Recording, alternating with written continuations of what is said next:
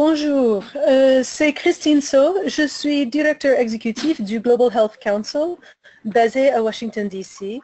C'est notre plaisir ce matin de démarrer le premier webinaire francophone sur le Global Financing Facility ou bien le mécanisme de financement mondial en soutien à chaque femme, chaque enfant.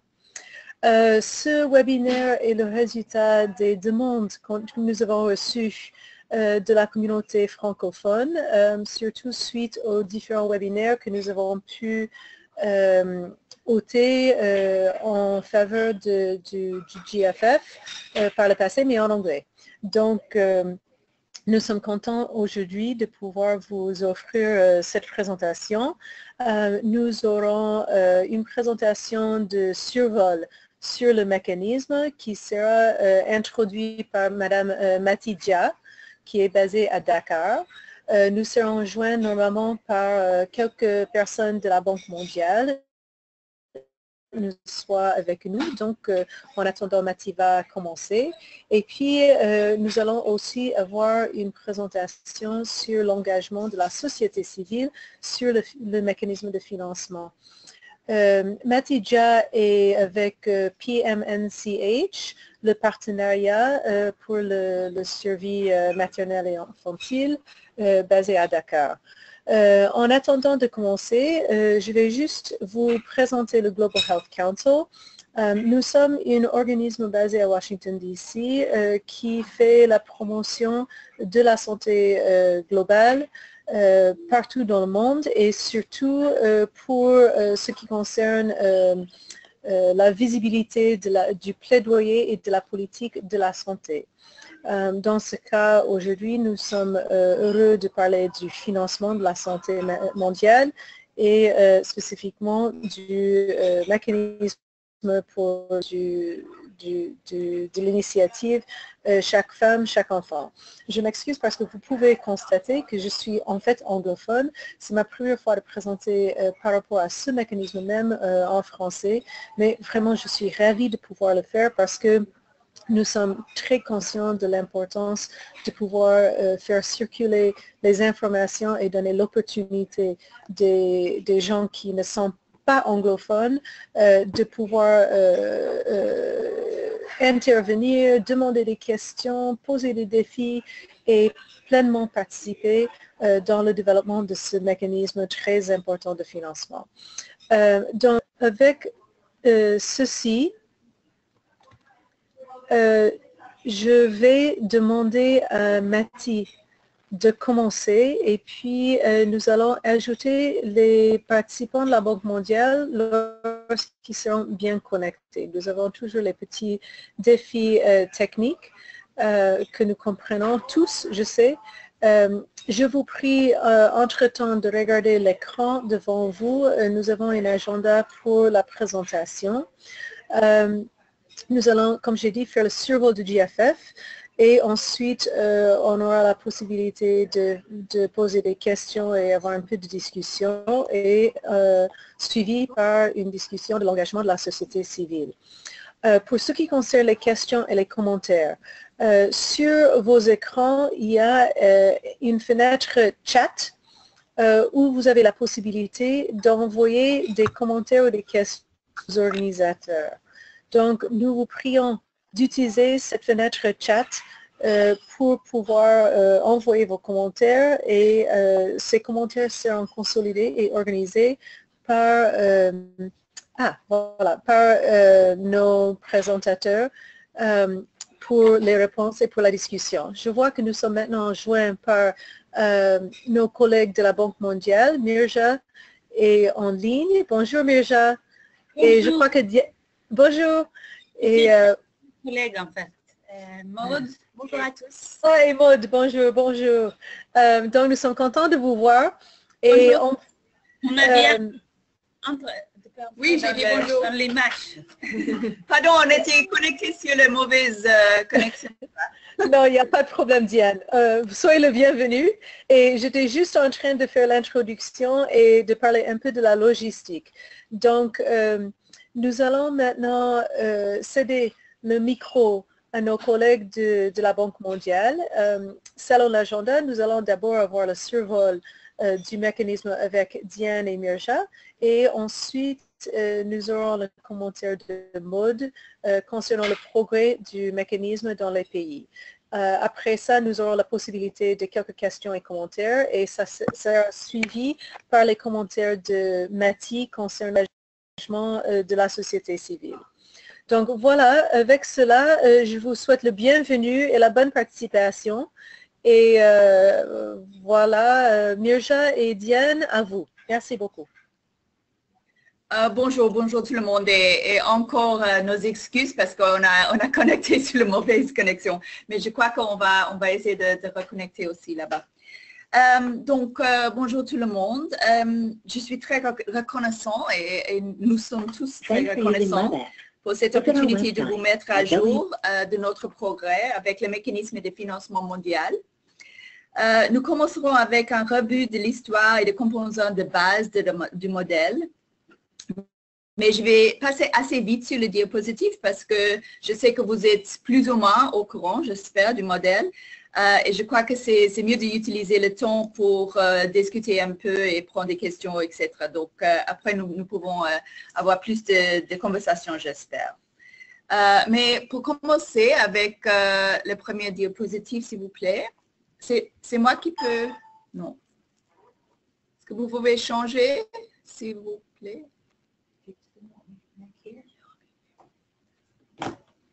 Ah, voilà. Donc, comme vous êtes tous au courant, j'imagine, l'objectif du GFF était d'accélérer les efforts déployés pour mettre fin aux décès évitables de mères, de nouveau-nés, d'enfants et d'adolescents et d'améliorer la santé et la qualité de vie des femmes, des adolescents et des enfants dans les pays les plus affectés d'ici à l'année 2030. Donc, pour faire ça, on a vraiment besoin de plus de financement et de ressources. Donc, l'objectif du GFF est de mobiliser les financements pour combler ce déficit de financement pour la santé de la reproduction et maternelle, etc. Pour faire ça, on a convoqué beaucoup de partenaires et le mécanisme a été annoncé en 2014 aux Nations Unies. Et après un processus de planification avec nos partenaires, le mécanisme a été lancé en Éthiopie aux conférences de financement de développement en juillet 2015. Les premiers 4 pays pionniers ont déjà commencé alors, l'Éthiopie, la Tanzanie, la République démocratique du Congo et le Kenya. Et après, dans l'annoncement l'année passée, on a ajouté encore quelques pays, encore 8 pays, le Bangladesh, le Cameroun, Libéria, l'Inde, Mozambique, le Nigeria, le Sénégal et l'Ouganda. Donc, on va parler un peu de progrès dans les pays dans quelques moments. Alors, qu'est-ce que c'est le modèle? Prochaine, s'il vous plaît. On a dit qu'en fait, on a besoin d'un financement un peu différent dans le mode de développement.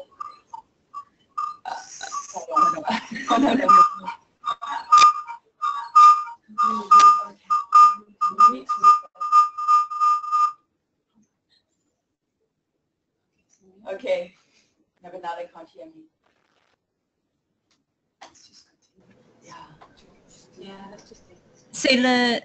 C'est le correct ou non? Alors,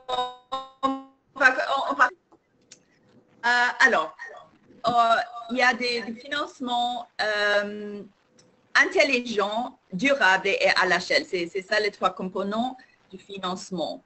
Je vais passer un peu de plus de temps dans un moment sur ça. Donc, déjà, il y a côté financement qu'on va faire un peu dans un mode un peu différent. Aussi, au niveau du pays, il y a certains éléments qui vont être un peu différents. Au premier, le dossier d'investissement pour la santé de la reproduction maternelle, néonatale, enfants et adolescents, lié à la mobilisation de financement pour ce dossier d'investissement. Et la différence, c'est qu'au lieu de rester sur le financement international, on va ajouter le financement national. Et je vais parler de ça dans un... on a aussi besoin des stratégies de financement de la santé. Et ça, c'est un grand travail dont on va parler un peu plus dans un moment. Et puis, les biens publics mondiaux. Et ça, on va aussi financer pour avoir des outils pour tous les pays affectés. Le GFF est donc une partenariat assez grande et l'utilisation du fonds pour tous les mécanismes, on va parler dans un moment, mais il y a aussi les fonds fiduciaires du GFF avec 4 donateurs, le Canada, la Norvège, le Royaume-Uni et puis aussi la fondation de Bill et Melinda Gates. Donc, il y a une petite fond qui mobilise et qui est liée au IDA et puis nationaux et internationaux qui sont ciblés au dossier d'investissement. Le prochain, s'il vous plaît. Qu'est-ce qu'on va dire sur le financement intelligent à l'échelle et durable? En fait, il y a une forte focus sur le résultat. Donc, les accents mis sur le résultat et le rapport coût-efficacité. Le but, c'est d'investir dans les choses qui vont avoir le plus d'impact. C'est aussi une question de financement mis à l'échelle. Comme j'ai dit, on travaille fort sur l'accroissement des financements nationaux et internationaux parce qu'on cherche un financement durable. Et il y a beaucoup de pays qui ont l'opportunité de saisir l'avantage de la croissance économique et se positionner pour un financement durable pour le secteur. Ça a une forte focus pour nous d'avoir une vue à un plus long terme. Et ça, c'est un but pour tous les dossiers d'investissement, mais aussi le financement qui va avec. Comme j'ai dit, il y a un large déficit de financement, comme on sait. Il y a eu une manque de financement et de ressources pour la santé en général, mais sûrement sur la santé reproductive maternelle, etc. Prochaine, s'il vous plaît. Et le but de le GFF, c'est de... Prochaine diapositive, s'il vous plaît.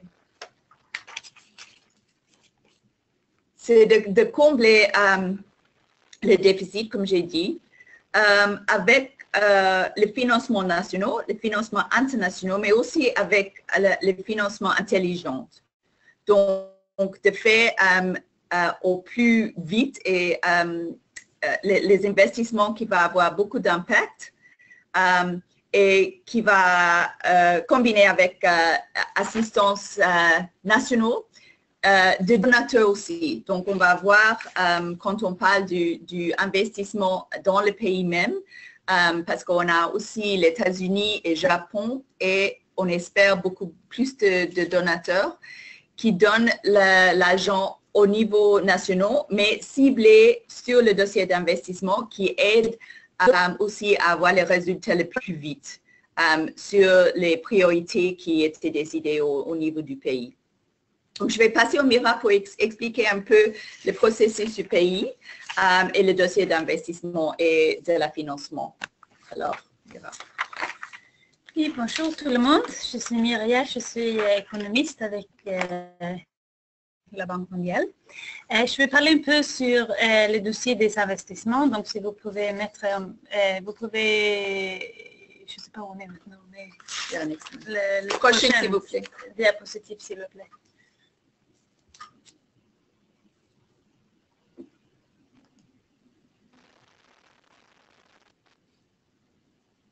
C'est qui change le On ne peut pas le changer. Ah, voilà. OK, voilà.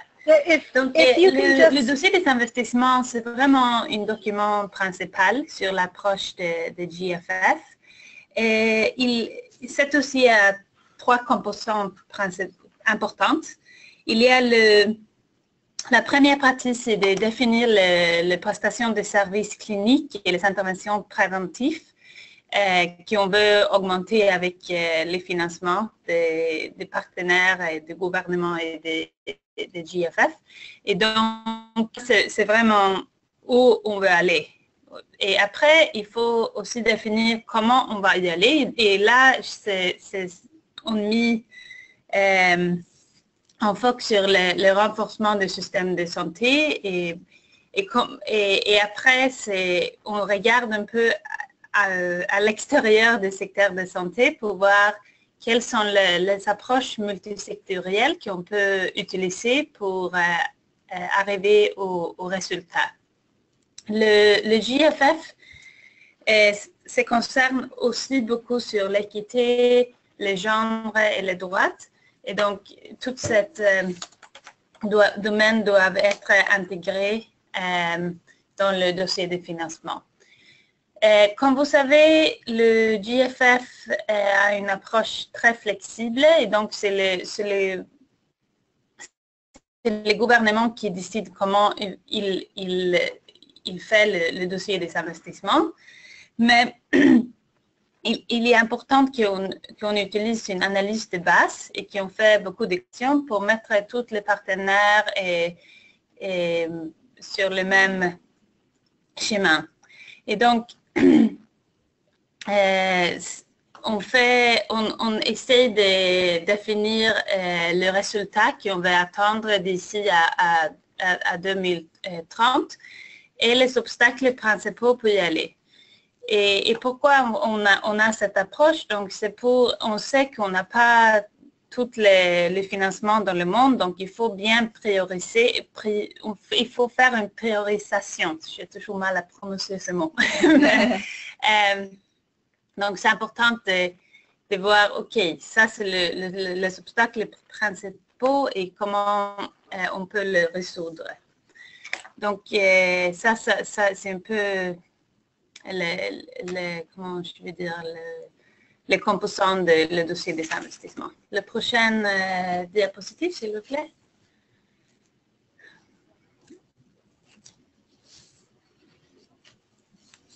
Can you say next? Yeah, great. Donc, ici, je vais parler un peu sur la mobilisation des financements pour le dossier des investissements.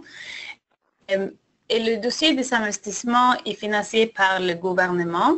Donc, c'est important d'augmenter la contribution du gouvernement pour la SRMNEA. Ça, c'est très difficile en français. RMNCH en anglais. Et aussi lier les subventions au projet à IDA et BRIRD.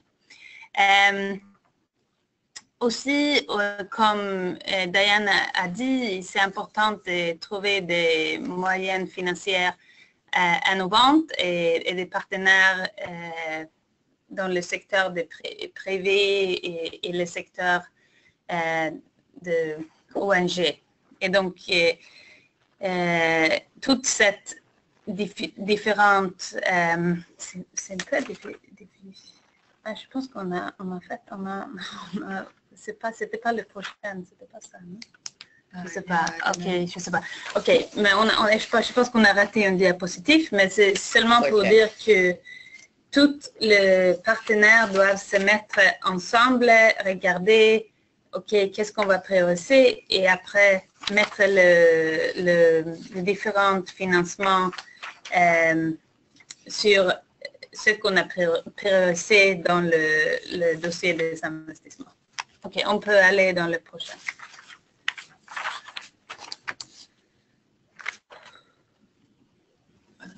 Ok. Une autre partie qui est très importante dans l'approche de GFF, c'est les stratégies de financement de la santé.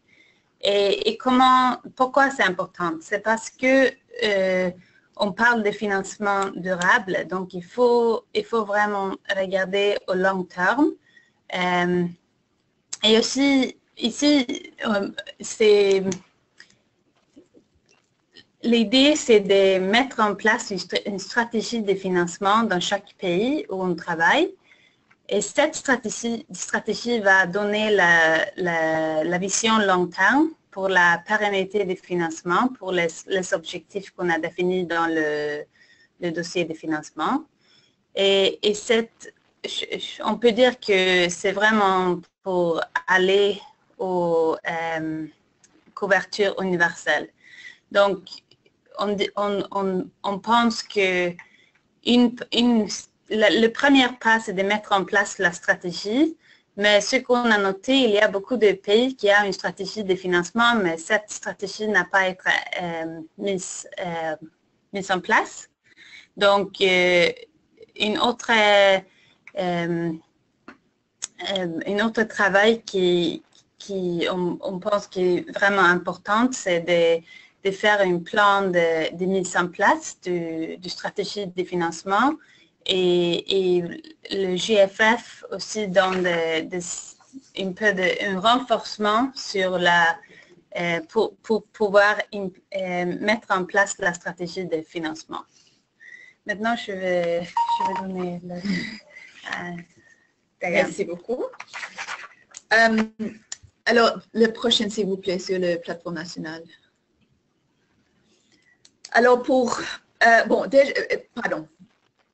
au début, je vais parler de biens publics mondiaux. Alors, ça, c'est un travail qu'on aimerait faire pour le bénéficiement de tous les pays, donc même les pays qui ne sont pas encore financés par le GFF.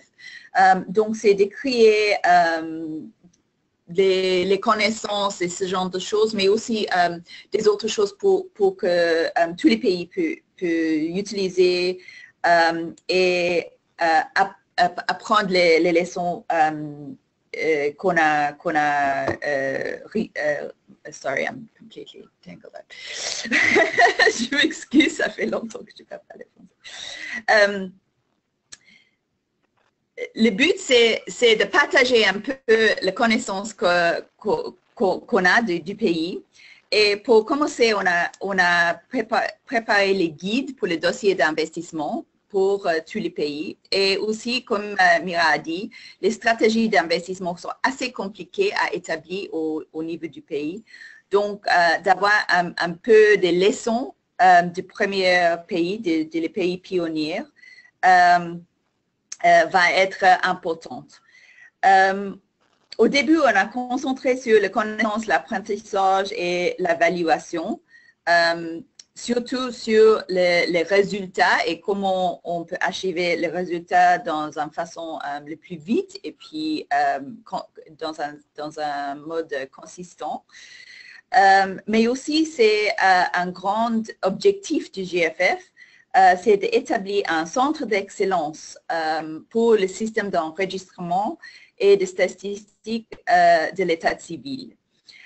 Ça était un peu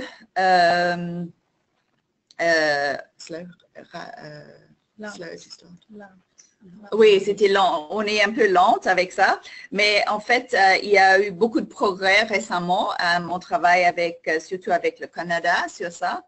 Et je crois qu'on va avoir plus d'informations là-dessus dans les prochains quelques mois.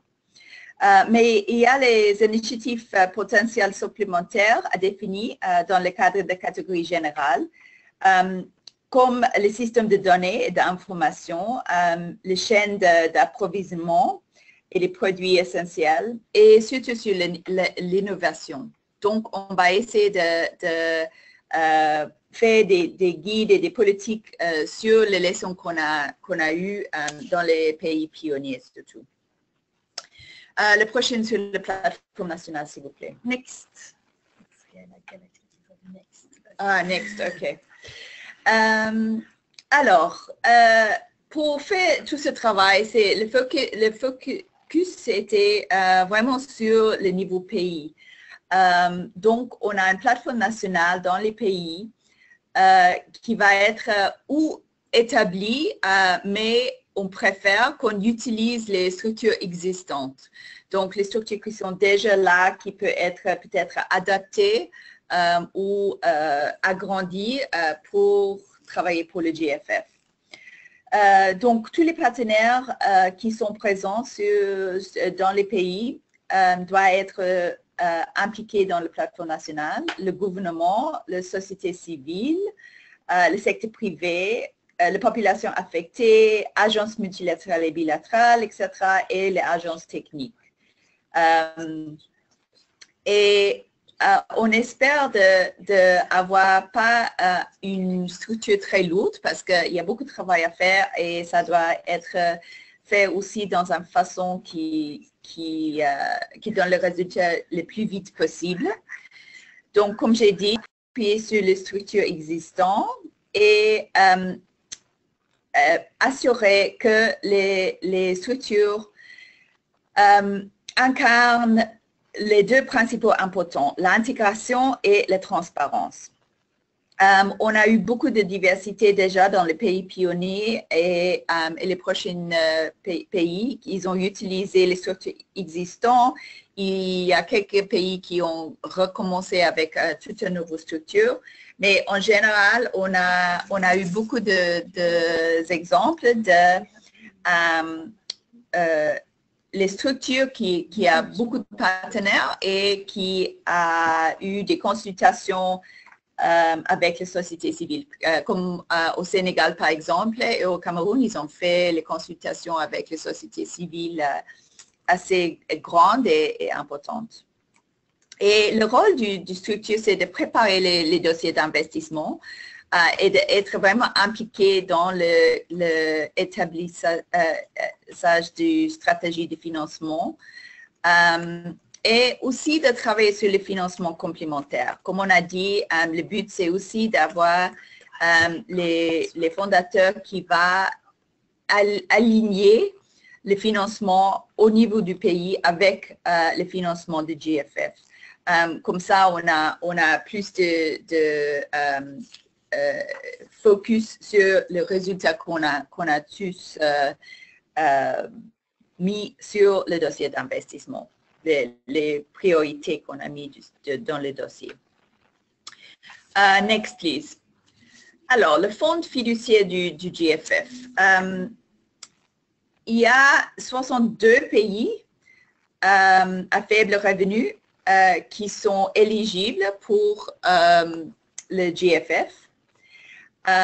Et il doit avoir la possibilité et l'intention de mobiliser les moyens financiers nationaux aussi et d'utiliser l'IDA pour la santé de la reproduction. Donc, ça, c'est les critères qu'on a utilisés pour décider qui est éligible pour le fonds. Aussi, les besoins de la population et les revenus du pays. On a eu une grande différence dans les pays pionniers d'allocation financière. La plupart n'étaient pas encore décidés. Il va y avoir des dossiers qui vont être décidés dans les prochains quelques mois, mais ça peut être entre 10 et 60 millions de dollars par pays. On espère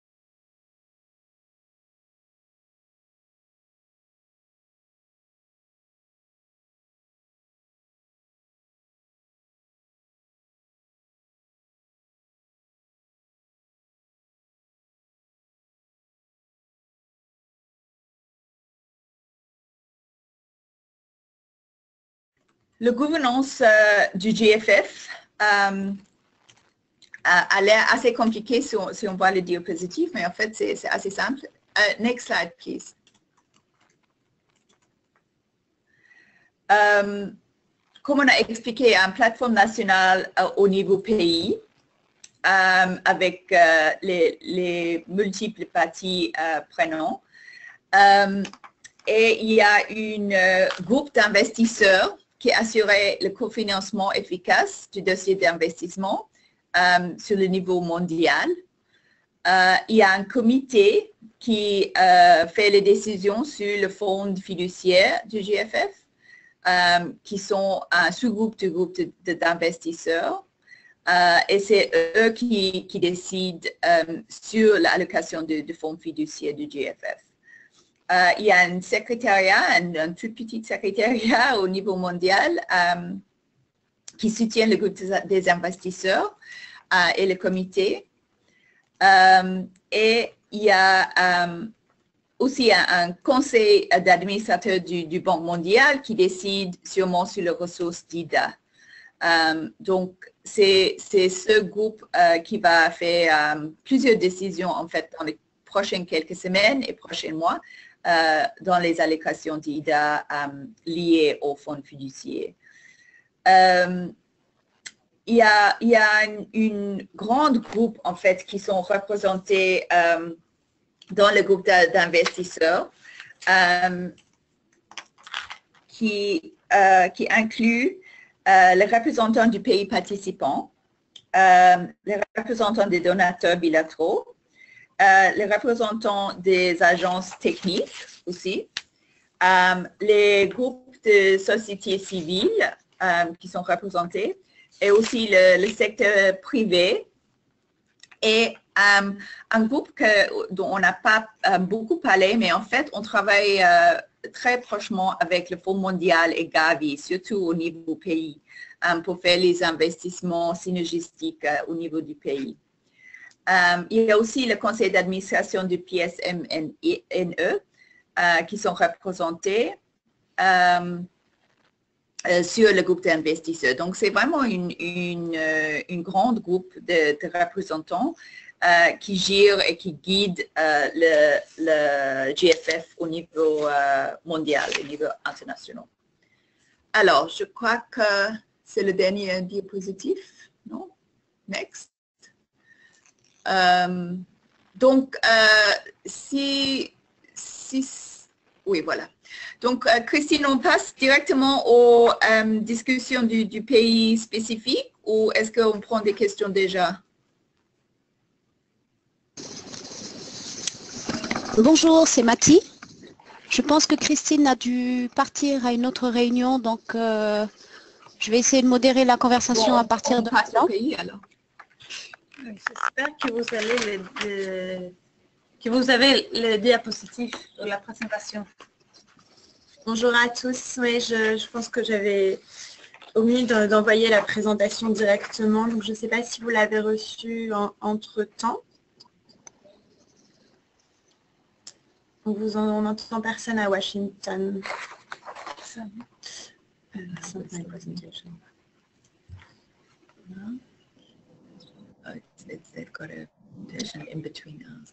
Sorry, can you hold on 1 second, please? I have to pull up the presentation. Okay. Donc je vais vous présenter quelques éléments sur les progrès du GFF dans les pays et spécifiquement dans les 3 pays francophones de la première et de la deuxième vague du GFF, c'est-à-dire la RDC, le Cameroun et le Sénégal. Next. Sorry, I don't have the presentation up yet. If you can continue.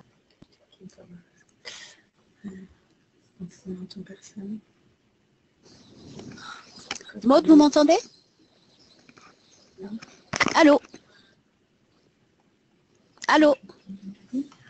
Yeah. Allô? The presentation, please. Désolée, il y avait un petit souci technique, on ne vous entendait pas du tout à Washington. Allô? Oui.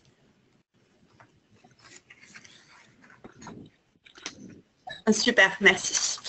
Comme je le disais, je vais vous présenter le progrès du GFF dans les 3 pays francophones spécialement. Donc, comme ça a déjà été dit avant, il y a eu 3 pays pilotes. Dans la première vague des 4 pays, la RDC était un des pays pionniers. Et dans la deuxième vague, 2 pays francophones ont été ajoutés, le Cameroun et le Sénégal. Next, please. Donc, comme mes collègues l'ont déjà expliqué, les pays avancent d'une façon différente entre les pays pionniers qui ont démarré dès 2015, comme la Tanzanie et le Kenya, avec d'autres pays qui se sont focalisés principalement sur leur stratégie nationale, comme la RDC et l'Éthiopie. Certains pays de la deuxième vague qui ont démarré très rapidement pour différentes raisons. C'est le cas notamment du Cameroun, du Libéria ou de l'Ouganda. Des pays qui démarrent un petit peu plus doucement, mais qui ont démarré le processus, comme le Bangladesh, le Mozambique ou le Sénégal. Et d'autres pays qui sont en train de chercher leur propre mode de développement, d'application du GFF, comme l'Inde et le Nigeria. Next. Donc, pour aller plus dans le détail sur les pays, je vais commencer par le Cameroun et vous présenter un petit peu comment ça se passe à la fois au niveau de la plateforme pays, du dossier d'investissement et du développement de la stratégie de financement de la santé.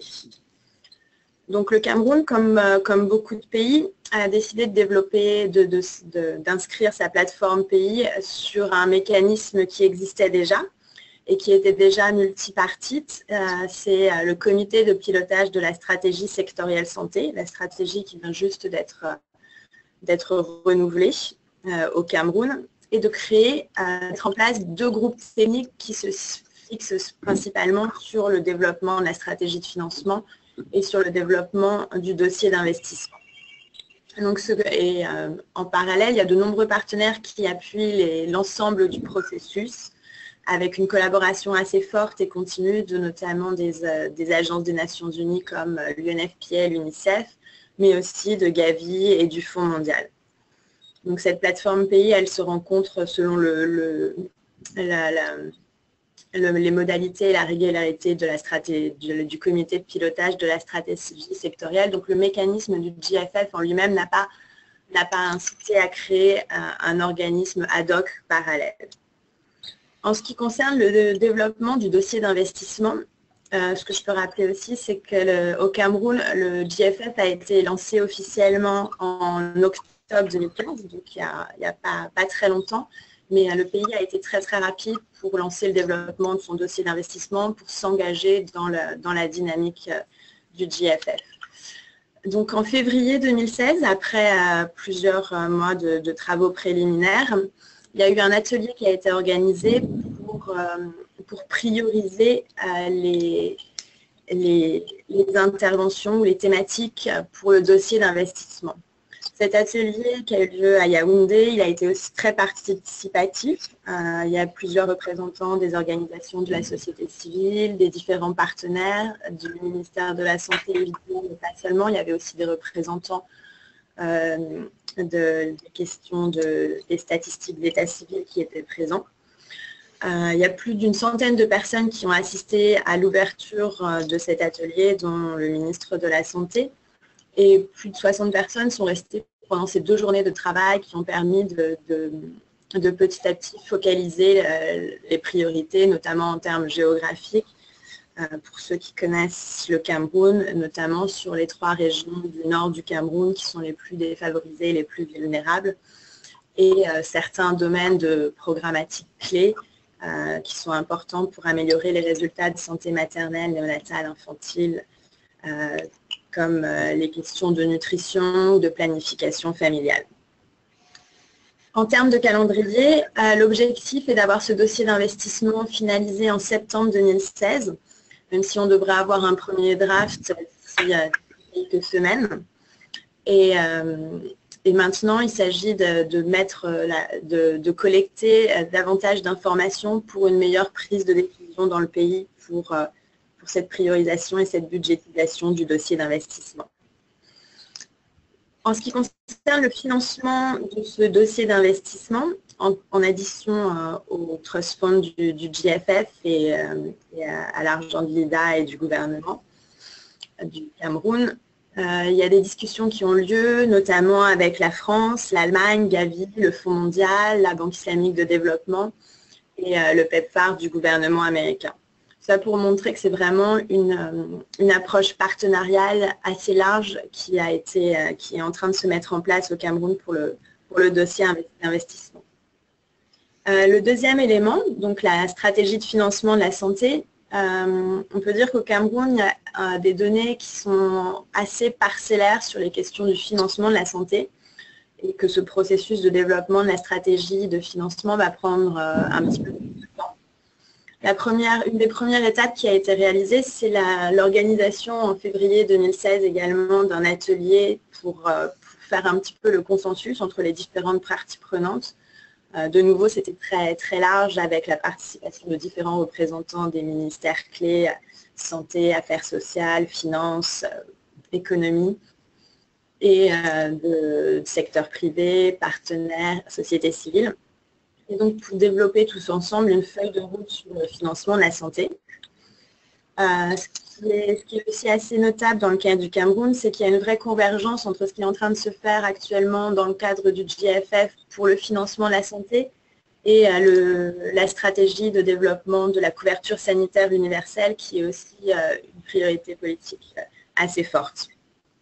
Globalement, la stratégie de financement de la santé, sa finalisation est attendue autour du mois de juin 2017. Il y a un certain nombre de travaux analytiques qui doivent être réalisés en amont pour avoir la stratégie la plus pertinente et la mieux adaptée au pays.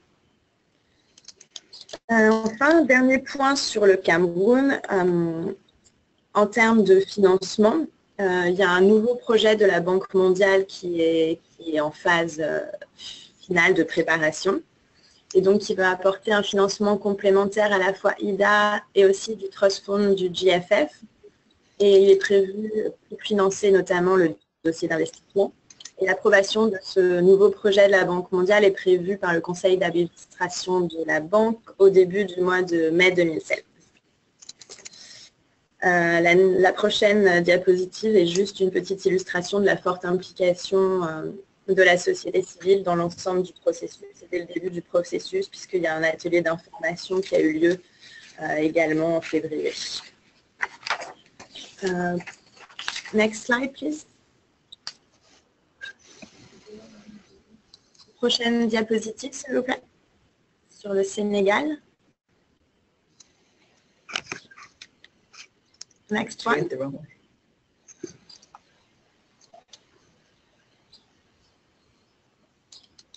Could you please... Voilà. Ah non, c'était mon profil. I missed one. Je m'avais loupé une de mon côté. Alors, sur la situation et l'évolution du GFF en RDC, donc la RDC était partie des 4 pays pionniers du GFF, donc a démarré le processus avant les autres pays francophones comme le Cameroun et le Sénégal. De la même façon, en termes de la mise en place de la plateforme pays, ça a été développé, ça s'est appuyé sur une plateforme multipartenaire qui existait déjà. Et il y a une équipe technique pour le dossier d'investissement qui a été mise en place par le ministre de la Santé en juillet 2015 et qui inclut des représentants de nouveau de l'ensemble des parties prenantes du GFF, c'est-à-dire à la fois les ministères de la Santé, du Finance, des Budgets, de l'Intérieur, les organisations de la société civile, les partenaires clés sur ces dossiers, qui sont l'UNICEF, l'UNFPA, l'OMS, l'USAID et la Banque mondiale. Pour le dossier d'investissement, il y a une première ébauche qui a déjà été finalisée, un draft qui est en train de circuler, qui prend une approche sur 2 fronts principaux, c'est-à-dire à la fois en essayant ce dossier d'investissement met l'accent sur le renforcement du système, en ciblant 3 goulots d'étranglement qui minent les résultats de santé maternelle néonatale, qui sont à la fois la chaîne d'approvisionnement, les ressources humaines et la gestion des finances publiques. Et le deuxième accent dans le draft du dossier d'investissement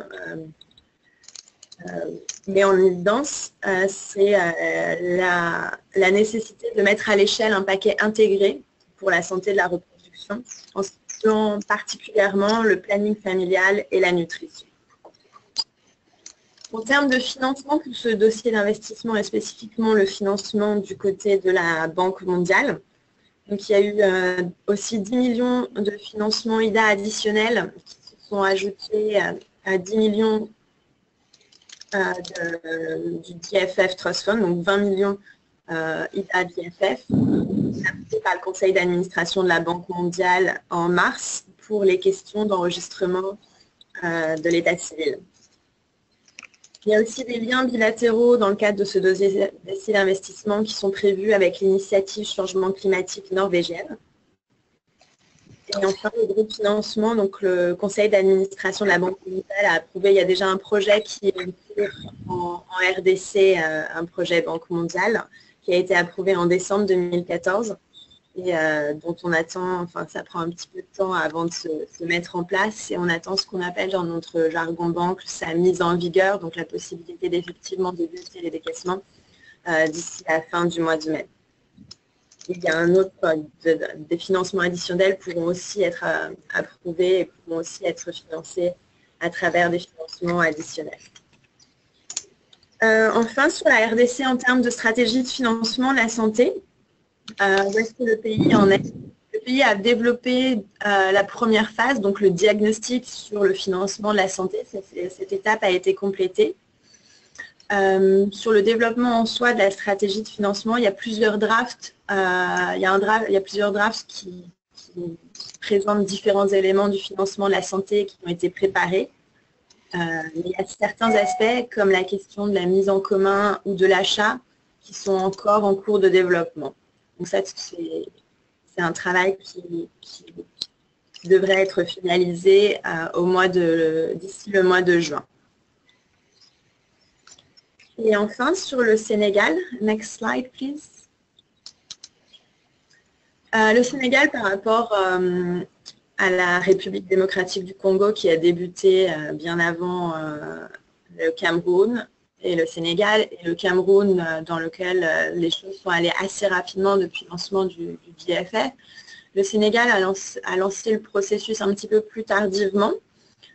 Au début du mois de février, il y a eu une journée d'information et de lancement sur le GFF qui a eu lieu et qui rassemblait aussi de nouveau l'ensemble des parties prenantes, partenaires, ministères, sociétés civiles, secteur privé. Il y a eu une très très forte participation, ça a été très intéressant de voir que beaucoup d'acteurs, tous les acteurs étaient très intéressés pour mieux comprendre et mieux être informés pour enfin mieux participer dans le processus du GFF.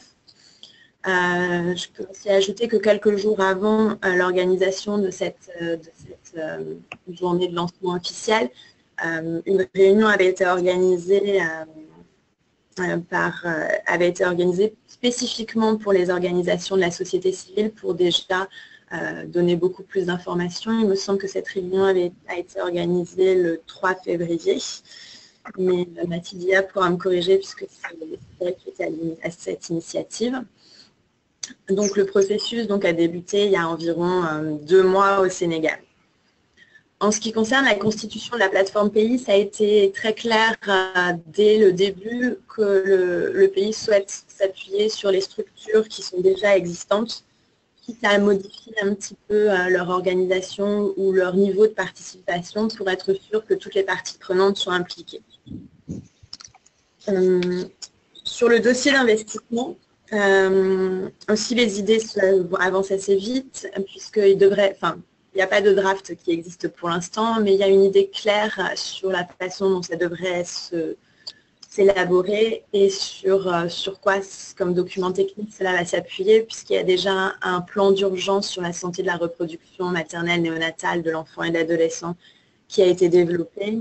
Et donc, c'est une base qui pourra être utile dans le cadre du développement du dossier d'investissement. Enfin, sur la stratégie de financement de la santé, de nouveau, pour le Sénégal, on a un stade assez initial. Il existe pas mal de documents analytiques qui existent, mais pour l'instant, le ministère de la Santé pas franchi le pas de lancer le développement de cette stratégie. Désormais, ça semble un petit peu plus clair quelle direction va porter ce dossier au sein du ministère de la Santé et aussi de l'importance d'avoir une stratégie de financement de la santé, étant donné aussi l'importance qui est accordée au Sénégal sur le développement de la couverture maladie universelle et l'importance d'avoir ces deux stratégies qui s'intègrent pleinement entre la stratégie de financement et le plus petit volet sur la demande qui est la stratégie de la couverture maladie universelle.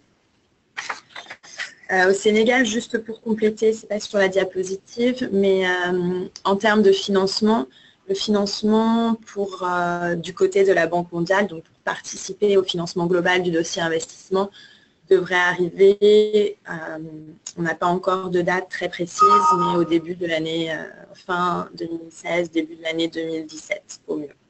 C'est un petit peu plus lent que dans d'autres pays pour différentes raisons. Et enfin, la dernière slide, c'était juste pour illustrer qu'également au Sénégal, il y a eu un fort engagement de la société civile lors du lancement en février avec l'implication de représentants de la société civile, notamment pour expliquer à une audience plus large le rôle des différentes parties prenantes, y compris de la société civile dans l'ensemble du processus du GFF. Je vous remercie beaucoup.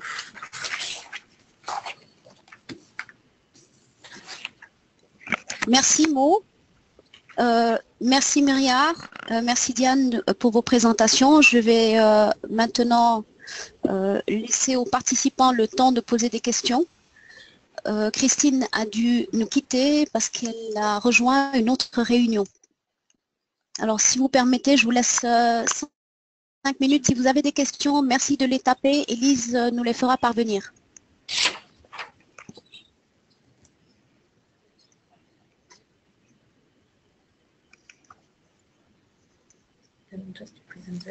Matty, il y a plusieurs questions sur l'écran. C'est possible pour vous lisser les questions?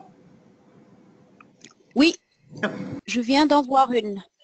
Alors, la première question est sur l'expérience du HRITF. Alors, je précise que c'est le fonds fiduciaire de la Banque mondiale. Est-ce que vous pourriez, s'il vous plaît, présenter ce que c'est? Donc, je pense que la première chose, c'est que moi, je n'avais pas vu cette question à l'avance. Donc, ok. Mais tu veux... Ouais, je peux dire quelques mots. Ouais. Okay. Sur l'expérience du HRITF, c'était aussi un fonds multidonneur, notamment donc dans ce sens, ça se rapproche de ce qu'est le GFF, où c'est un fonds multidonneur qui est administré par la Banque mondiale. L'expérience HRITF, on est encore en train de démontrer les évidences de ce qui s'est passé. Pour ceux qui ne connaissent pas le HRITF, c'était un fonds fiduciaire, et c'est toujours un fonds fiduciaire parce qu'il finance encore des interventions dans plusieurs pays, notamment au Cameroun et au Sénégal, pour ne citer que les deux pays dont on vient juste de parler, qui finançait les expériences du financement basé sur les résultats dans le secteur de la santé. Et à ce fonds, il y avait donc c'est aussi très lié avec le GFF, dans le sens où l'objectif était de financer des résultats de santé et de mettre l'accent très fortement sur les résultats de santé. Dans le cadre du HRITF, il y avait l'obligation de mener des évaluations d'impact pour justement documenter l'expérience et documenter les résultats du financement basé sur les résultats, ce qui a été fait dans la plupart des pays. Les résultats commencent à remonter puisqu'on a certains résultats qui sont plutôt positifs. Quand on a eu les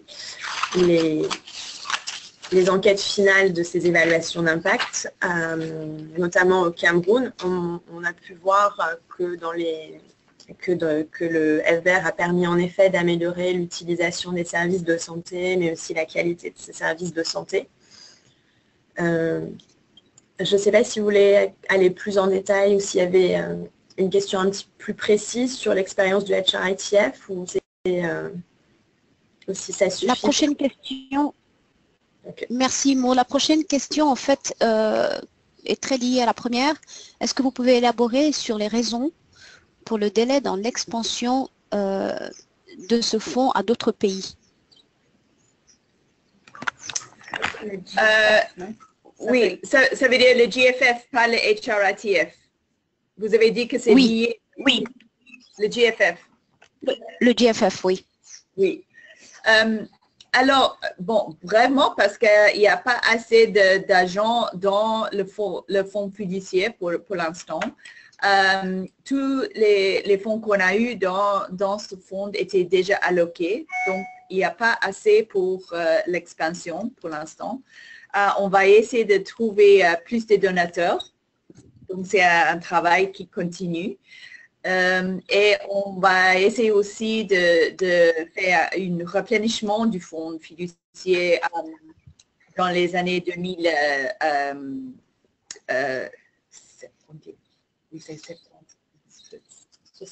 70. Moi j'ai appris le français en Suisse, donc c'est 70, mais je pense qu'on n'utilise pas. Alors, on espère qu'on va être dans la position d'ici quelques mois de faire une expansion, mais pour l'instant, il y a vraiment les deux raisons les plus importantes. Le premier, c'est parce qu'il n'y a pas assez du fonds pour l'instant pour faire une expansion.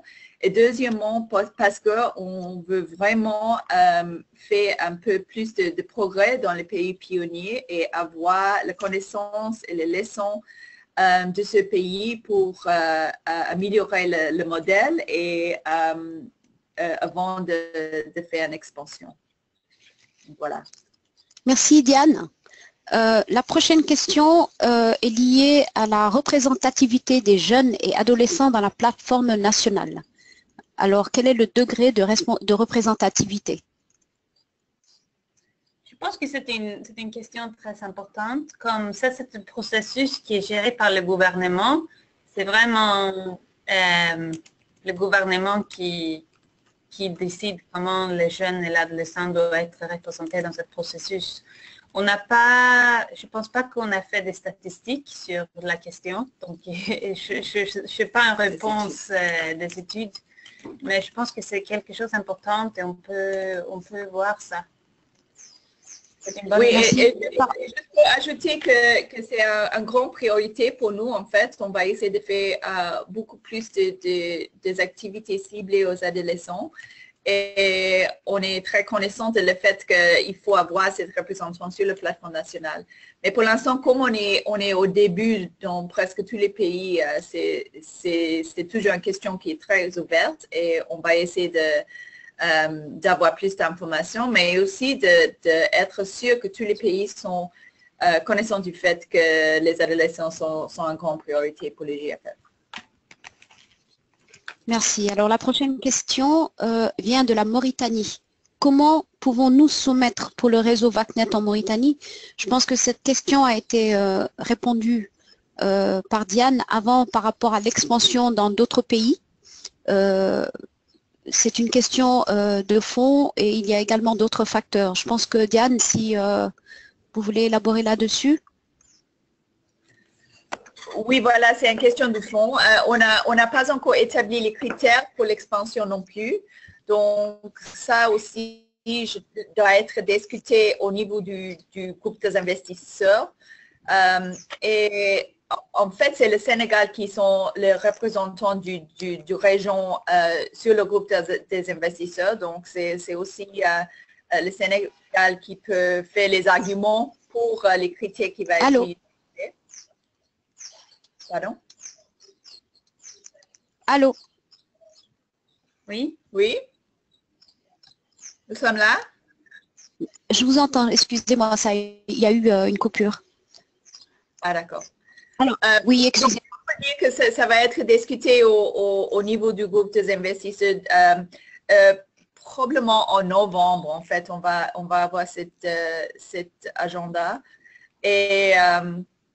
Et après, on va discuter quel pays va être dans le prochain groupe et l'expansion. Merci. La prochaine question parle des maladies chroniques. Donc, il y a un grand problème dans la prise en charge des maladies chroniques et leurs complications, comme le diabète. Les maladies chroniques coûtent cher pour les sociétés, surtout avec le vieillissement de la population mondiale. D'ici 20 ans, certains pays pauvres seront incapables de prendre en charge leurs maladies chroniques. À mon avis, il faut agir surtout en amont, c'est-à-dire la prévention. Je pense que c'était plutôt un commentaire qu'une question. La prochaine question est sur la prévention. Pardon, Mathie, on peut juste répondre un petit peu aux questions, aux commentaires qui étaient posés. Parce que je crois que c'est important que tout le monde comprenne que c'est en fait au niveau du pays que les priorités sont décidées. Donc, les activités qui vont être dans le dossier d'investissement sera décidé au niveau du pays. Donc, les priorités, questions, maladies chroniques, etc., peut être discutées dans les discussions et les priorisations qui prennent place au pays. Une autre chose, c'est que avec le GFF, il y a beaucoup de focus sur la sanitaire au niveau primaire et je pense que ça, c'est aussi le niveau où on peut traiter les maladies chroniques. Donc, il n'y a pas vraiment, je ne vois pas vraiment un conflit. Je pense que c'est quelque chose qui peut être complémentaire, en fait. Merci beaucoup. La prochaine question est sur l'abréviation de CRVS et de ECSV. Alors, CRVS, je peux répondre, c'est l'enregistrement de l'état civil et des statistiques vitales. Pour ECSV, est-ce que vous pourriez élaborer? Merci. C'est la même chose en fait. CRVS, c'est la traduction anglaise. Ah ben oui. Voilà. Merci. Merci beaucoup. J'ai plus l'habitude de voir CRVS de mon côté. On a un deuxième lot de questions qui va arriver. Liz, if you're ready, you can upload. Thank you very much. Alors, la prochaine question. Quelles sont les limites de contribution au financement complémentaire? Il n'y a pas de limite. Merci. Alors, la prochaine, est-ce que le GFF va imposer au pays de mettre en place une structure de coordination identique au CCM du Fonds mondial? Non. Comme on a dit, on aimerait bien qu'on utilise les processus. Donc, oui. Ça, c'est... Il y a une discussion qu'on a eue au niveau du groupe des investisseurs sur les critères pour les plateformes nationales et en fait un standard minimum qui doit être en place pour avoir une plateforme nationale. Donc à part ça, on n'a aucun critère pour les plateformes. Et ça, c'est le genre de choses pour la transparence, l'inclusivité, etc., qui est importante pour les plateformes nationales. Mais à part ça, il n'y a pas une forme explicite qui doit être attirée au niveau du pays. Merci. La prochaine question. Est-ce possible pour une organisation de la société civile de contribuer au financement dans un pays donné? Si oui, quel sera son rôle dans la gestion et ou l'utilisation des fonds?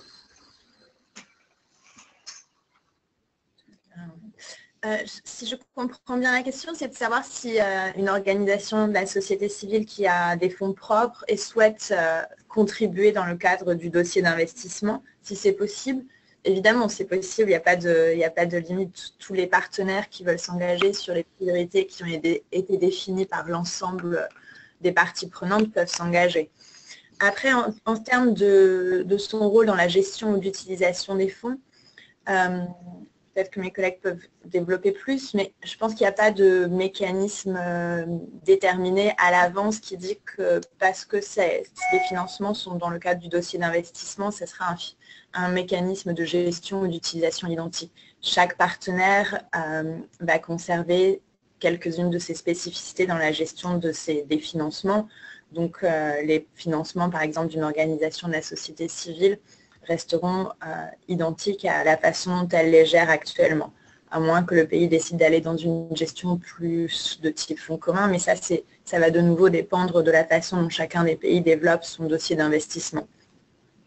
Et juste pour ajouter que chaque dossier d'investissement doit avoir quelques indicateurs, évaluer le progrès. Donc, il y a un système d'évaluation pour chaque dossier d'investissement, mais ce n'est pas pour chaque fonds qui contribue au dossier des investissements.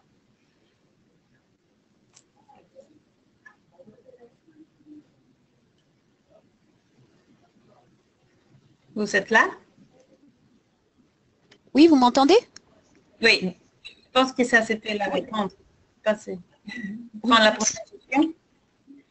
Quel est l'élément déclencheur de la rapidité de la constitution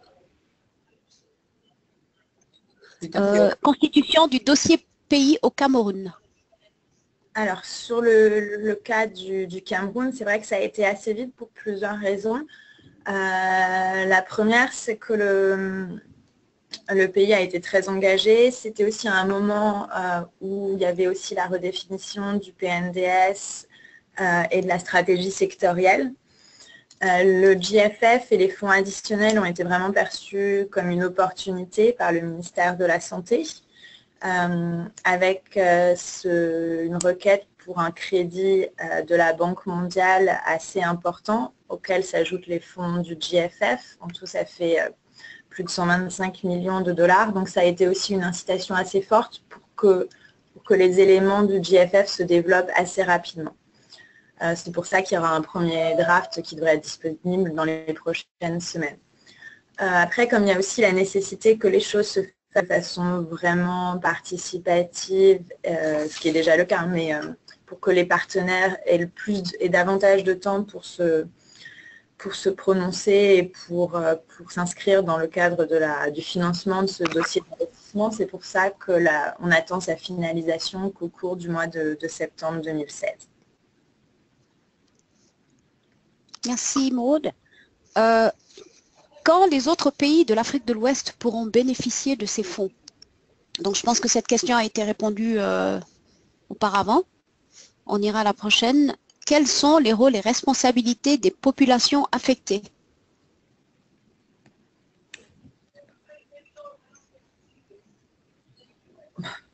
Bon, on espère que dans les plateformes nationaux, il y a une représentante du communauté et le voix de communauté et de populations affectées sera pris en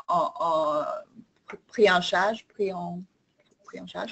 par les plateformes nationaux. Mais on n'a pas mis en place des règlements pour ça, juste les suggestions et l'encouragement que les gens doivent être consultés. Et comme on a vu dans les processus, par exemple au Cameroun ou au Sénégal, c'était vraiment un processus beaucoup plus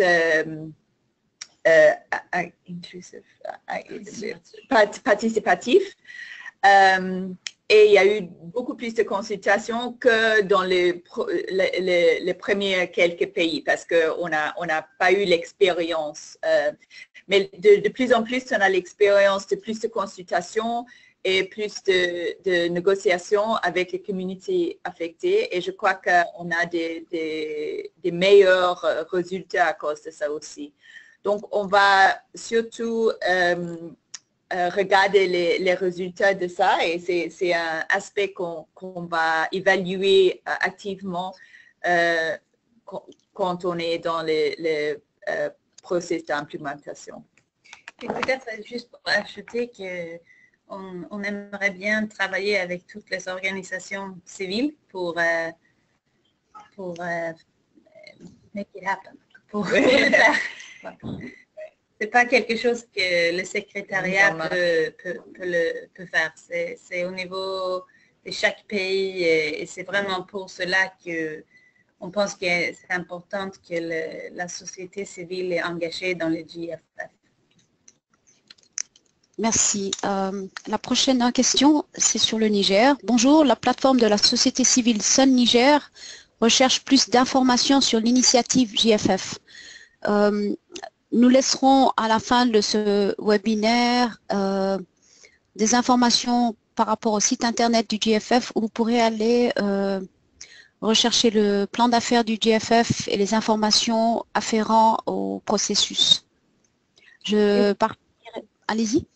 Oui, juste pour dire qu'on est en train de monter un nouveau site avec beaucoup des informations sur chaque pays, sur les processus, etc.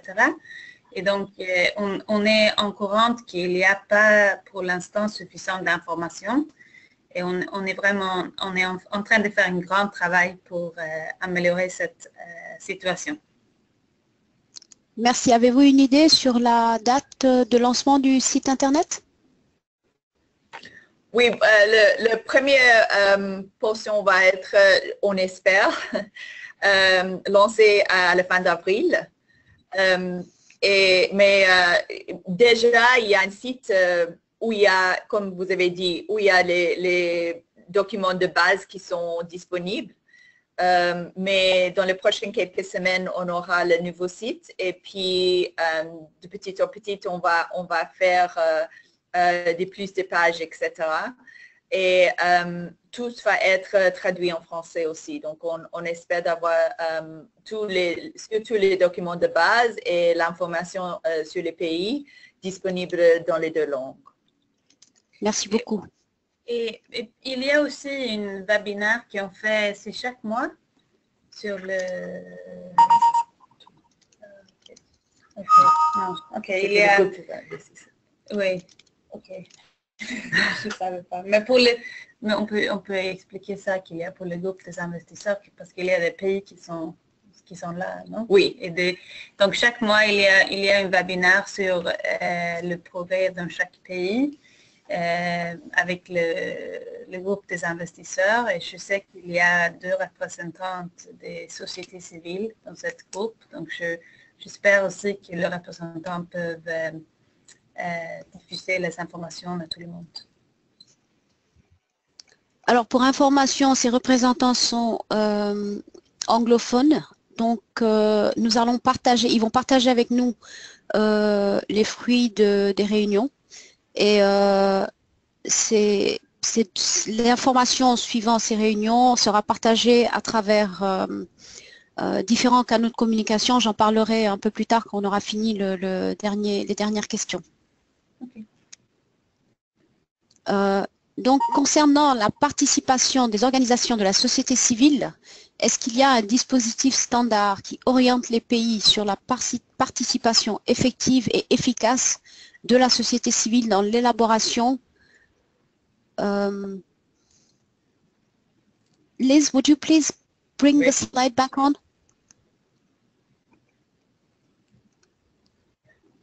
Oui, excusez-moi. Donc, y a-t-il un dispositif standard qui oriente les pays sur la participation effective et efficace de la société civile dans l'élaboration du dossier d'investissement GFF? Oui, en fait, comme j'ai dit, on a discuté au groupe des investisseurs pour des standards minimums et pour un politique sur l'engagement de société civile. Et on a eu un agrément que ça va être intégré dans les politiques, les guidance, les directives sur les processus au pays et surtout le développement de dossiers d'investissement. Donc, on est presque fini avec ces politiques et je crois qu'une fois que c'est partagé avec les pays, ça va être le standard minimum qui doit être achevé pour la participation de société civile. Et c'est aussi important de faire reconnaissance que ce n'est pas juste dans l'élaboration de dossiers d'investissement. En fait, on veut que la société civile participe dans toutes les phases d'implémentation et puis d'évaluation, surtout d'avoir une espèce de contrôle et de supervision. Bon, c'est surtout la transparence qu'on veut, que la société civile participe dans tout cet aspect du GFF et pas juste les dossiers d'investissement. Ça, c'est juste les débuts. Et en fait, c'est ça qui va commencer après ça qui est important.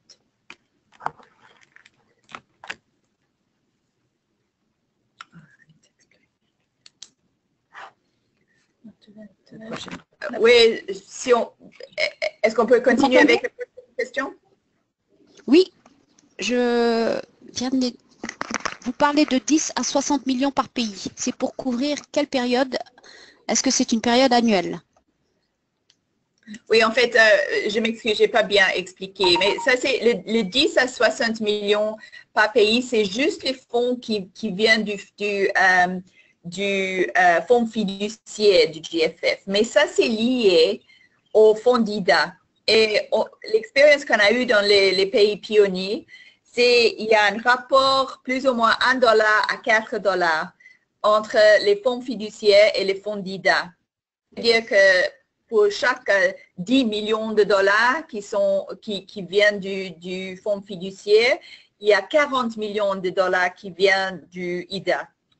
Donc, tous ensemble, c'est beaucoup plus de 10 millions. Ou si c'est 60 millions, en fait, ça peut être 200 millions de dollars d'IDA, même plus. Donc, en fait, c'est un pot un peu plus grand que juste le fonds fiduciaire qui vient de GFF. Et ça, c'est en fait la liaison qui est importante pour vraiment combler le déficit du financement. Et aussi d'ajouter les finances nationaux aux investissements pour le dossier. Si c'est une période annuelle, non, c'est pour les périodes du dossier d'investissement qui sont 5 ans, entre 3 et 5 ans. Donc, c'est spécifique dans chaque pays. Et ça dépend. Mais on espère, en fait, c'est quelque chose dont on travaille maintenant, d'avoir toute cette information avec toutes les allocations et les liaisons avec l'IDA. Tout ça va être sur le site Internet quand c'est décidé par le Banque mondiale, par le conseil d'administration de la Banque mondiale.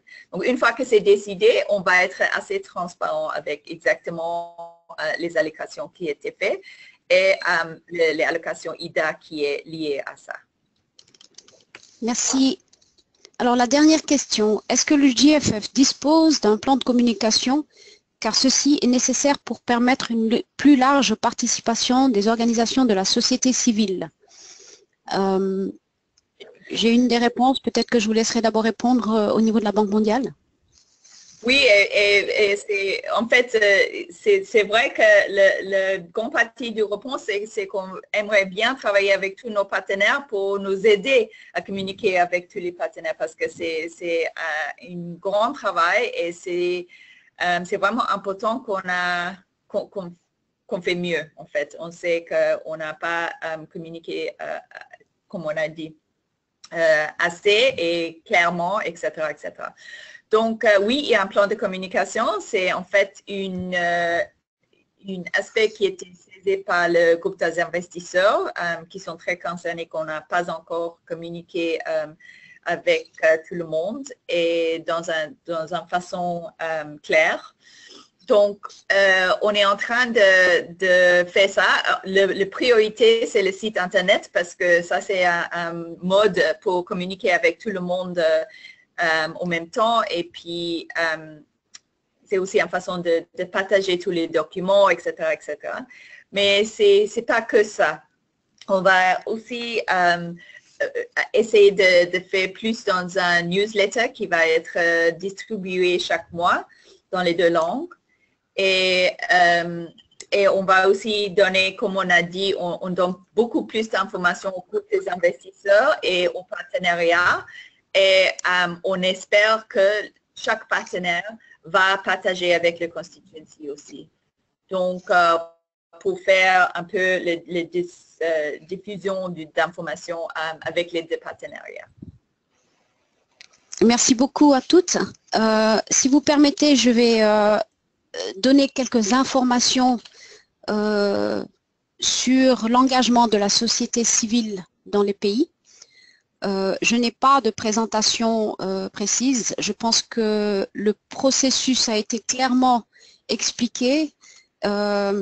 Pour ce qui est de l'avancement du GFF dans les différents pays, je dois dire que l'engagement de la société civile varie largement en fonction des pays.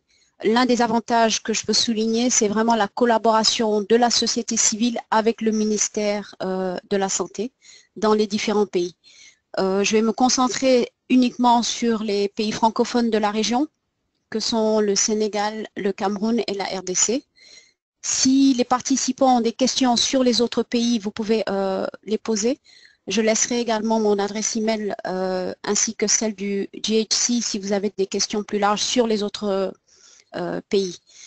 Pour ce qui est du Sénégal, l'engagement de la société civile, comme l'a dit Mo tout à l'heure, a été très actif sur le GFF.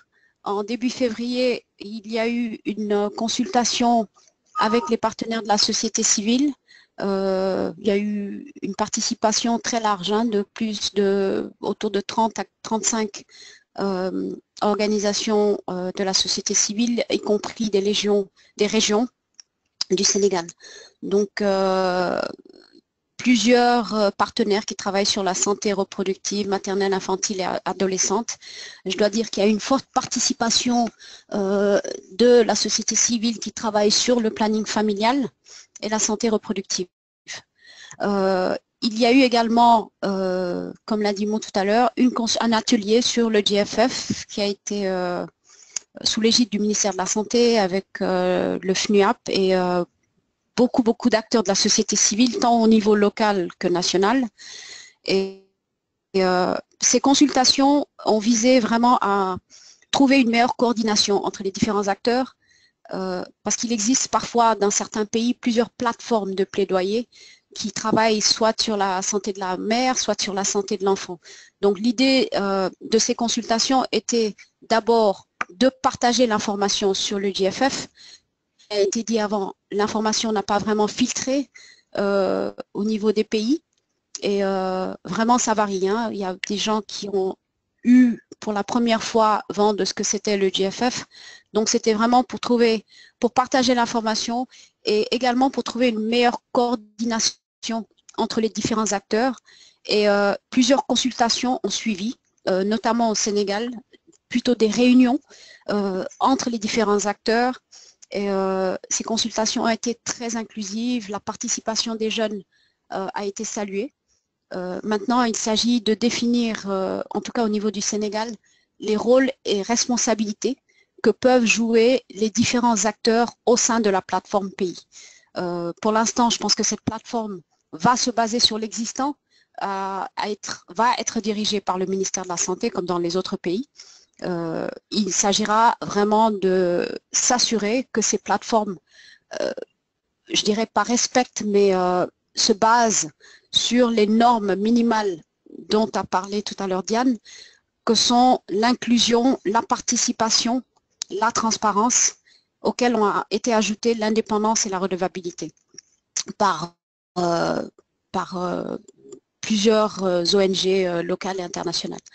Donc au Cameroun, le dossier d'investissement est allé plus vite que d'autres. Au Sénégal, on a eu la chance d'avoir ces consultations avant le lancement du dossier d'investissement. Donc les acteurs de la société civile ont un petit peu de l'avance pour participer vraiment au processus, notamment pour construire l'investissement, donner leurs avis, faire vraiment du plaidoyer pour que les différents acteurs de la société civile, les personnes vulnérables, que tout le monde puisse participer à cette plateforme puisse définir justement le dossier d'investissement avec les autres acteurs que sont le ministère, le groupe des H6 et les différents acteurs qui travaillent sur le dossier d'investissement. Ce qui est important de retenir, c'est que pour l'instant, le PMNCH, le Global Health Council et d'autres partenaires sont en train de travailler sur un guide pour la société civile, un toolkit, une boîte à outils sur le GFF qui est encore en cours d'élaboration mais ne saurait tarder et qui sera partagé de manière très élargie pour répondre aux questions de base sur ce qu'est le GFF et servira également comme outil de communication. C'est vrai qu'une stratégie de communication n'a pas encore été partagée, mais la Banque mondiale travaille dessus. Donc, cet outil-là permettra aux OSC dans les différents pays d'avoir un outil de communication et servira comme base de plaidoyer pour les OSC, base de plaidoyer pour ceux qui veulent s'engager sur le processus et également pour non seulement s'engager dans le dossier d'investissement, mais également dans la stratégie d'investissement et de pouvoir suivre le processus, de faire du suivi, d'avoir le rôle d'oversight, comme l'a dit, de supervision, mais également un rôle clé. Certaines OSC travaillent sur des services de base dans les communautés, donc il y a un outil de communication au sein de la population et plusieurs rôles qui sont en train d'être définis par les différents acteurs de la société civile dans les différents pays.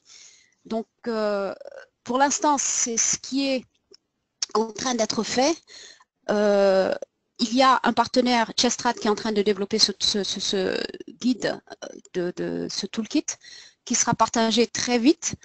Pour l'instant, les plateformes de partage sont le Global Health Council, le partenariat mondial pour la santé de la mère et de l'enfant, que sont le PMNCH, et moi-même, qui suis point focal du PMNCH, et je suis basée à Dakar. Donc, si vous avez des questions, quelles qu'elles soient, par rapport à l'engagement de la société civile, vous pouvez me contacter ou contacter directement le GHC ou le PMNCH. Pour ce qui est des consultations nationales, les partenaires sont en train de s'organiser entre eux dans les différents pays. Le Sénégal a déjà eu des consultations, le Cameroun également. Pour la RDC, une consultation aura peut-être lieu d'ici quelques semaines et nous vous tiendrons au courant, soit à travers un mailing list, soit un newsletter que nous allons également développer, pour pouvoir partager les différents événements par rapport à un calendrier sur le GFF, des événements de plaidoyer, pour que la société civile fasse pleinement partie de ce processus, tant au niveau national qu'au niveau régional. Je suis ouverte aux questions si vous en avez. Merci.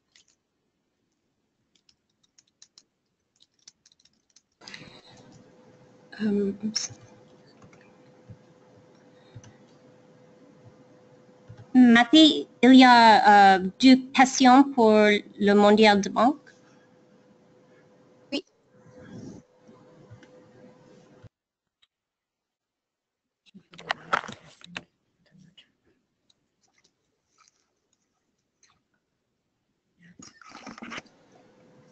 Pouvez-vous voir les questions? Oui. Non, pour l'instant, pas. Pas de mon côté. C'est possible pour les gouvernements locaux, collectifs locaux, de participer dans le processus au même titre que les autres parties prenantes? C'est une bonne question. Alors, est-ce possible pour le gouvernement local et collectivités locales de participer au processus au même titre que les autres parties prenantes? Donc, si vous permettez, je vais répondre à cette question. Pour les différents pays que je couvre, il existe plusieurs coalitions. Donc, idéalement, et c'est ce qui se passe au Sénégal, les différentes coalitions, les différentes plateformes qui travaillent sur la santé de la mère et de l'enfant ont formé un comité technique qui travaille sur le GFF et qui est très inclusif. Donc, ce comité technique représente toutes les différentes parties prenantes, les collectivités locales, les gouvernements locaux et les ONG locales au sein de la plateforme pays. Donc, tous les participants ne peuvent pas s'asseoir au niveau de la plateforme, raison pour laquelle il a été conseillé d'avoir justement une coalition nationale qui représente, ou un groupe qui est assez représentatif de toutes les thématiques sur la SRMNEA. La prochaine question, quels sont les mécanismes de redevabilité prévus ou mis en place? Comme il a été souligné tout à l'heure, les mécanismes de redevabilité existent déjà dans les différents pays et les plateformes pays vont se baser sur l'existant. Donc, les mécanismes de redevabilité vont suivre ceux qui existent déjà. Par contre, certaines travaillent elles-mêmes sur des mécanismes internes de redevabilité pour l'instant. Donc, ces mécanismes diffèrent en fonction des pays, mais pour ce qui est du Sénégal, pour l'instant, il n'existe pas, en tout cas entre les différentes OSC sur place, des mécanismes de redevabilité. Ces mécanismes sont en train d'être définis en même temps que d'autres modèles de coordination, de suivi et de supervision. Pour la prochaine question. Je pense que c'est une discussion très importante d'avoir quand on prépare le dossier des finances, le dossier des investissements au niveau des pays. Mais je voulais aussi ajouter qu'on a parlé beaucoup sur le dossier des investissements. C'est important aussi que la société civile s'engage dans la préparation ou la mise en place des stratégies de financement. Parce que là, je pense que la société civile peut jouer un rôle important au niveau de redevabilité. Donc, je voulais seulement mettre un mot d'encouragement pour, aussi pour la stratégie de financement. Merci beaucoup. Par rapport à cette question, je pense qu'il est également important parce que la société civile cherche à s'engager tant sur le dossier d'investissement que sur la stratégie de financement. Dans certains pays, cette information n'est pas disponible. Donc je pense que par rapport à la stratégie de communication, pardon, pas à la stratégie de communication, les informations qui vont filtrer de la Banque mondiale, si vous pouviez partager ce genre d'informations, ce serait vraiment très utile par rapport à la société civile. Parce que souvent, la société civile n'est pas forcément au courant, ou il n'y a qu'une seule partie qui est au courant des dates clés par rapport à ces processus dans les différents pays. Donc, je pense qu'il est très important pour la société civile d'être au courant bien à l'avance, sachant que dans certains pays, les réunions se tiennent au niveau national. Donc, il est vraiment important qu'on ait ces dates bien à l'avance pour que l'élément participation et inclusion soit vraiment pris en compte au niveau national. Oui, et si je peux juste ajouter que sur le côté du stratégie de communication, je crois que l'aspect le plus important, c'est qu'on va mettre en place un point focal pour la communication dans chaque pays. Donc là, il va y avoir un point spécifique pour disséminer les informations, pour être sûr que tous les partenaires ont accès du date, etc., etc. Donc, je crois que ça, c'est un élément qu'on va essayer de faire le plus vite possible. En fait, on est en train de discuter les termes de référence maintenant et on espère d'avoir ce genre en place d'ici, quelques mois, j'espère. Quelques semaines peut-être, quelques mois, ça dépend du pays. Mais oui. Merci. Merci beaucoup. J'ai encore une dernière question. Est-ce qu'il y a un budget au niveau pays pour la société civile pour faire des actions de plaidoyer? Et si oui, comment y accéder? Ça, c'est la question phare.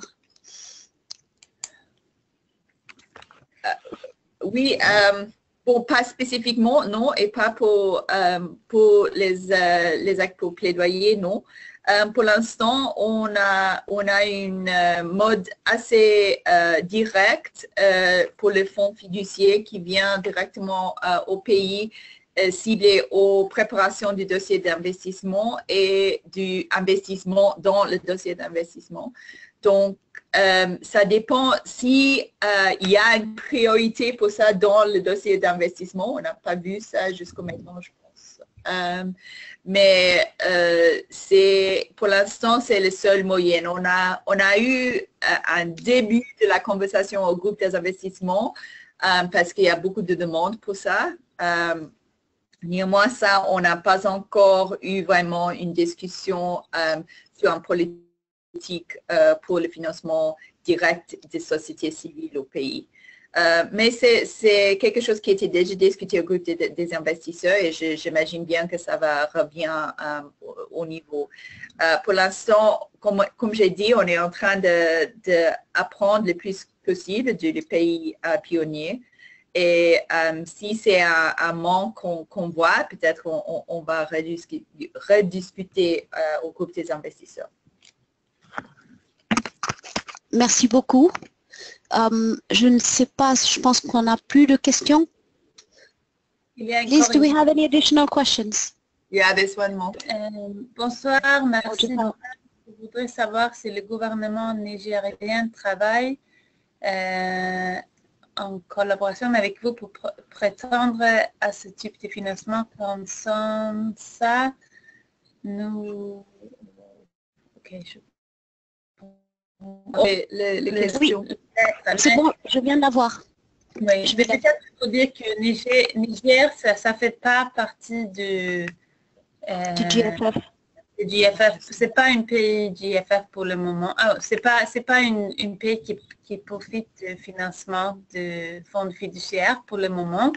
Donc, on n'a pas une collaboration active avec eux pour l'instant. Et je pense que ça, c'est Diane a déjà répondu à cette question sur l'expansion de GFF. Donc, ça, je pense que ça lié à cette question.